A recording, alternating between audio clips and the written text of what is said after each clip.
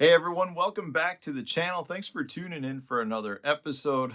Hopefully, the video and the audio is not ruined based on the windstorm that we have going on outside. We've got gusts up to 60 miles an hour. We've got sustained 30-mile-an-hour winds. You'll probably hear the windows rattling at some point during this video. But man, it is blowing and blowing hard. Now, it's relatively warm. It's in the 40s, so the wind is really helping get rid of some of the snow piles that we still got laying around. So I'm okay with it, assuming a tree or something does not fall on my truck. But all of this wind has me thinking about a good video topic for you regarding how to fish the wind, how to use the wind to your advantage. You often hear people talk about saying, to fish the windy side of the lake. Yeah, that's true to a point, but at the same time, if you're fishing the windy side of the lake, you may be fishing wind that's so strong, it's a detrimental to your fishing, meaning you can't fish effectively, and therefore that doesn't make that much sense to me. But I will tell you, the wind can be your friend on the water. Yes, you may have to put up with it, but the reality is it can position the fish in some extremely easy places to fish. So that's what I want to do today. I want to provide you with 5 areas to use the wind to your advantage. And several of these areas are places where you can have the boat completely protected and you're not even worried about how strong the wind's blowing, but you're still using the wind to your advantage to help you catch a few extra bass. So we're going to get into that. I do want to remind you guys though, if you watch my videos on a regular basis and are not subscribed to the channel, please hit that subscriber button. It's a good way to show your support for the channel and a good way to show your appreciation for the videos that we're putting out. And it's a great way to help me, to spur me on to continue to make more videos for all of you. So you can definitely hit the subscriber button. Also, if you're looking to purchase tackle and you want to use my Tackle Warehouse affiliate link, that's a great way to show your support for the channel as well. All right, so let's talk about the wind. I'm going to talk about some of the best positions that your boat can be in, best locations to take advantage of a good windy day. And honestly, it doesn't take a whole lot of wind to position the fish, especially if you're talking about fishing a large lake. If you're on a large lake, a 5-mile-an-hour wind can do a lot to create current within that lake. It can even raise water levels. And anytime you're talking about raising water levels, that means you have current flow going from one side of the lake to the other. And anytime you have current, that positions the fish as well. So you want to use the wind to your advantage.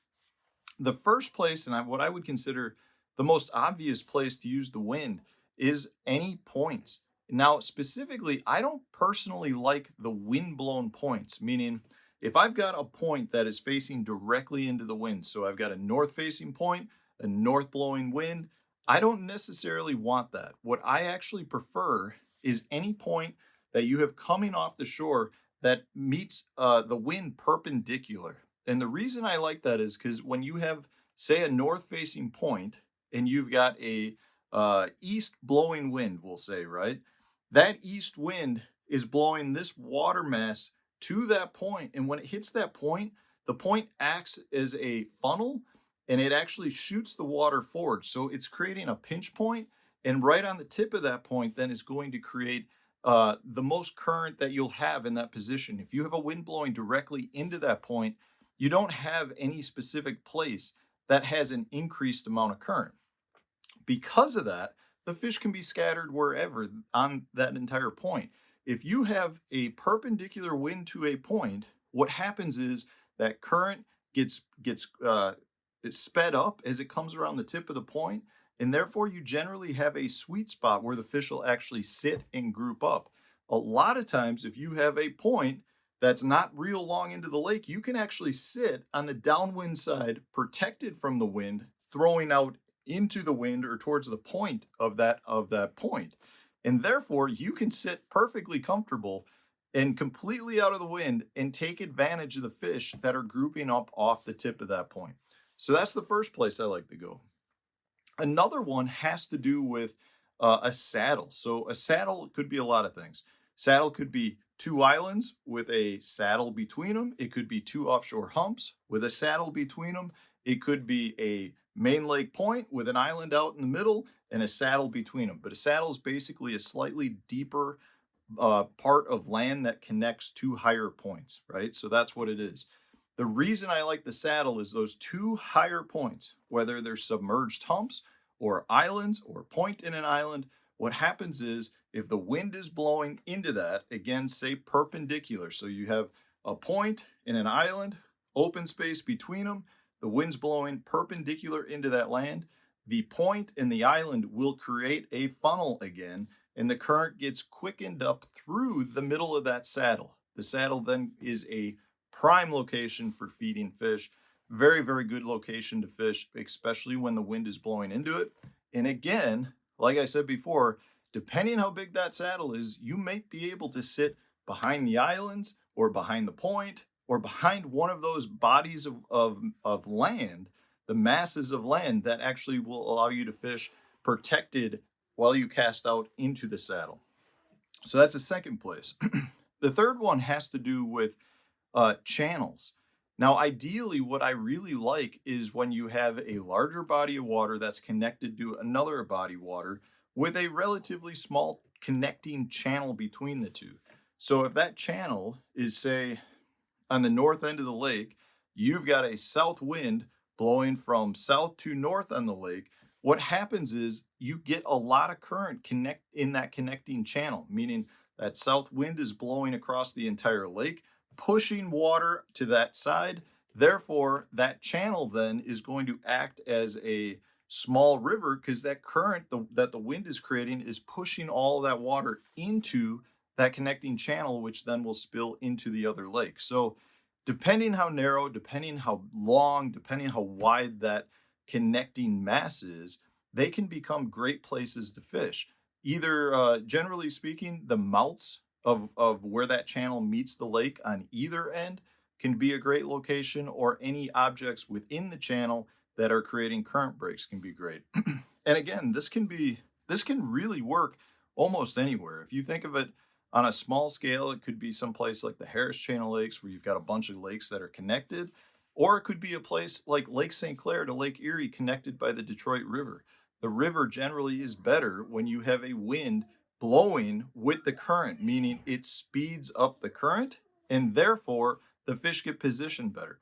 It also, though, in an actual river system like that can work a little bit against you if it's blowing against the current, which slows the speed of the current.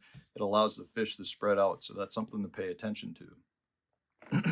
The next one that I really like is if you happen to be fishing a lake with a bunch of grass, and ideally some thick clumps of grass, whether that's hydrilla or milfoil, or it could be even emergent grasses like cattail clumps or lily pad fields.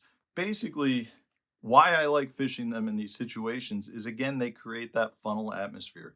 If you have two clumps of hydrilla and the wind is blowing into those clumps, the clump is so thick that it actually will divert that water flow around the clump. So if you have two clumps, creates that funnel again that's so important, and that's where the fish are going to sit. So you start looking for the real specific places within those grass clumps. You know, the points where the current comes off of the grass clump or works its way around it, the very front of the grass clump where the wind is blowing directly into it.